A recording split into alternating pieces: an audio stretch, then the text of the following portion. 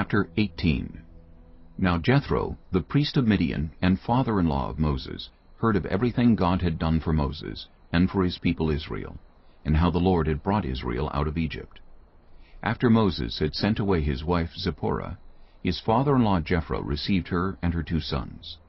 One son was named Gershom, for Moses said, I have become a foreigner in a foreign land. And the other was named Eleazar, for he said, My father's God was my helper. He saved me from the sword of Pharaoh. Jethro, Moses' father-in-law, together with Moses' sons and wife, came to him in the wilderness, where he was camped near the mountain of God.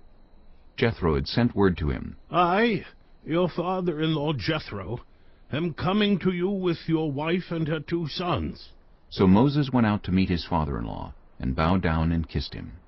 They greeted each other, and then went into the tent. Moses told his father-in-law about everything the Lord had done to Pharaoh and the Egyptians for Israel's sake, and about all the hardships they had met along the way, and how the Lord had saved them. Jethro was delighted to hear about all the good things the Lord had done for Israel in rescuing them from the hand of the Egyptians.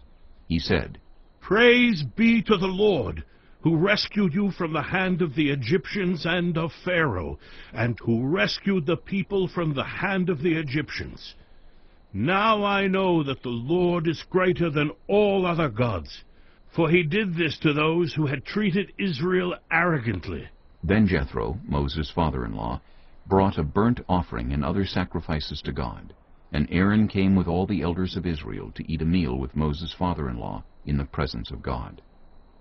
The next day Moses took his seat to serve as judge for the people, and they stood around him from morning till evening. When his father-in-law saw all that Moses was doing for the people, he said, What is this you are doing for the people? Why do you alone sit as judge, while all these people stand around you from morning till evening?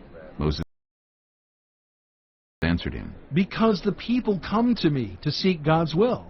Whenever they have a dispute, it is brought to me, and I decide between the parties and inform them of God's decrees and instructions. Moses' father-in-law replied, What you are doing is not good. You and these people who come to you will only wear yourselves out. The work is too heavy for you. You cannot handle it alone. Listen now to me, and I will give you some advice, and may God be with you. You must be the people's representative before God and bring their disputes to him. Teach them his decrees and instructions and show them the way they are to live and how they are to behave. But select capable men from all the people, men who fear God, trustworthy men who hate dishonest gain, and appoint them as officials over thousands, hundreds, 50s, and 10s. Have them serve as judges for the people at all times, but have them bring every difficult case to you. The simple cases they can decide themselves. That will make your load lighter, because they will share it with you. If you do this, and God so commands, you will be able to stand the strain, and all these people will go home satisfied.